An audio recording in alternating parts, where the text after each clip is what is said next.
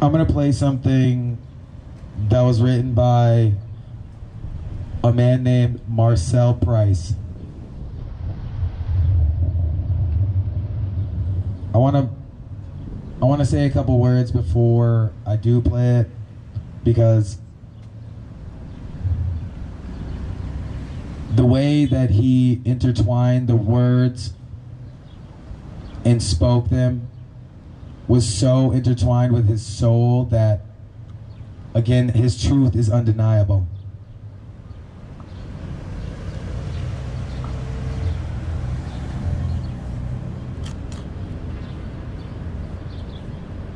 Y'all are going to want to hear this one, if you haven't already heard it on my page.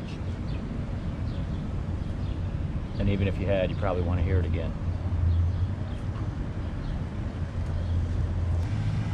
Put out a statement about the protests in Michigan and beyond.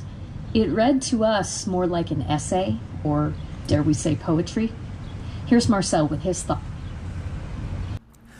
My name is Marcel Price, and I am the executive director of a nonprofit organization called The Diatribe.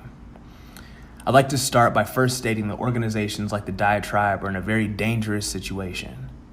Honestly, this weekend I've been very vocal on my personal social media pages, but almost completely silent on our organization's page. Because, well, white supremacy and racism. What do I mean by that? Well, the answer to that isn't simple. It's just as complex as the events that transpired this weekend, but I'll try to break it down in a way that makes more sense. When a black man is murdered at the hands of our law enforcement in a neighboring city that isn't unsimilar to Grand Rapids, when a black woman is slain in her home by the hands of the same congregation in a different state, and to top that off, a black man locally is brutalized so badly that when you look at his picture, you can't help but to cry. When all of this happens on top of opening your eyes to the fact that our city is the second worst economically for black people, that students in our urban core have had full-time subs in some of their classes for multiple years in a row, is our teachers are expected to provide more to our young people with less. In a city with a zip code that has kids in the 49507 testing with lead levels as high as Flint, with an infant mortality rate so staggering you actually feel attacked by the data, we are creating a social time bomb that is ready to explode. You see, in Grand Rapids, we live in an echo chamber.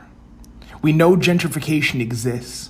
We have documentaries covering gentrification in our city, but many prefer the new residents and the new businesses over doing the labor to improve the quality of life for those that have always called this city their home and have always seen it as valuable.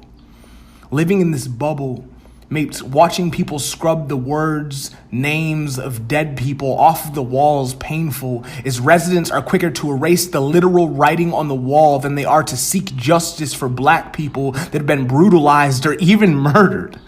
But when people snap, when they get fed up and can't take anymore, they are told that hate is winning.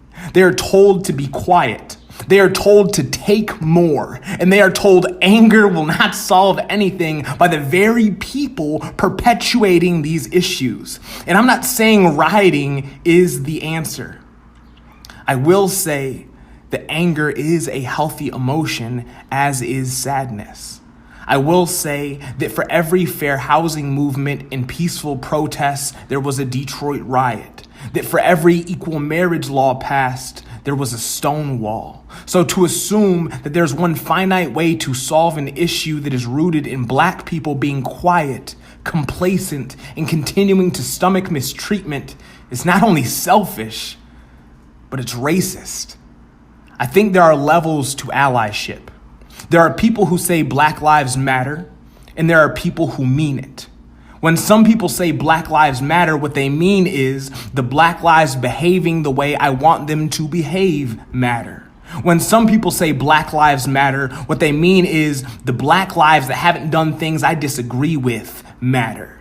I encourage you to say Black Lives Matter and mean all Black lives. Black Christians, Black felons, black trans folks, and the black atheists, black artists, black families, and black single parents, black business owners, and the displaced black people residing in your downtown.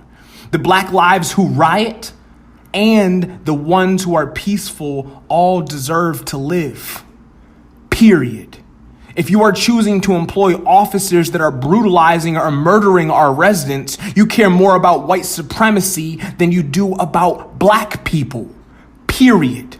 We would also like to acknowledge those that are striving for better than C+ allyship. The people who I saw downtown this weekend pouring milk in the eyes of those being tear gassed.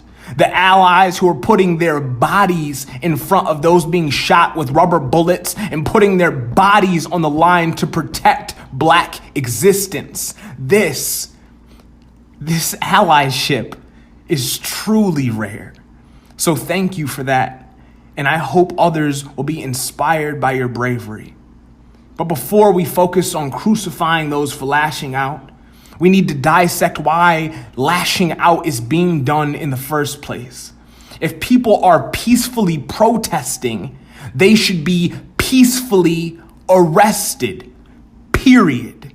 If the brutality stops, if the murders stop, if we actually focus on combating racism, if we work to make our city culturally rich, and if we truly celebrate diversity to a point where our residents are proud to call this city their home while thinking of downtown as their own, I believe events like this won't happen.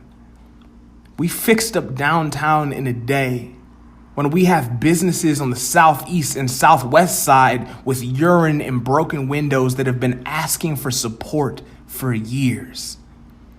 People don't try to break systems that aren't broken. But maybe our systems are working just as they were designed to. So help us break it by prioritizing the areas that are being ignored. As an arts and education organization, in a time where the future of education is uncertain and arts and cultural programs are being cut, we see our work as even more important. Teaching young people the history that is often left out of textbooks and encouraging them not only to write about the things they see going on in the world in their communities, but to take action and to unpack the personal and collective trauma in a safe and culturally responsible way. So today, tomorrow, and the next day, I want you to say their names. Breonna Taylor, who is from Grand Rapids. Kavassie Phillips. George Floyd.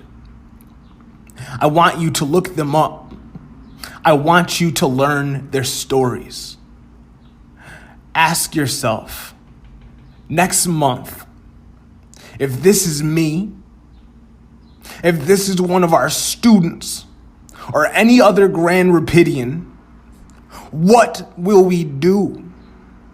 Is continuing to live as if it didn't happen and erasing the ugly reminders what you call progress? Also, what are we willing to do to ensure that this does not happen again?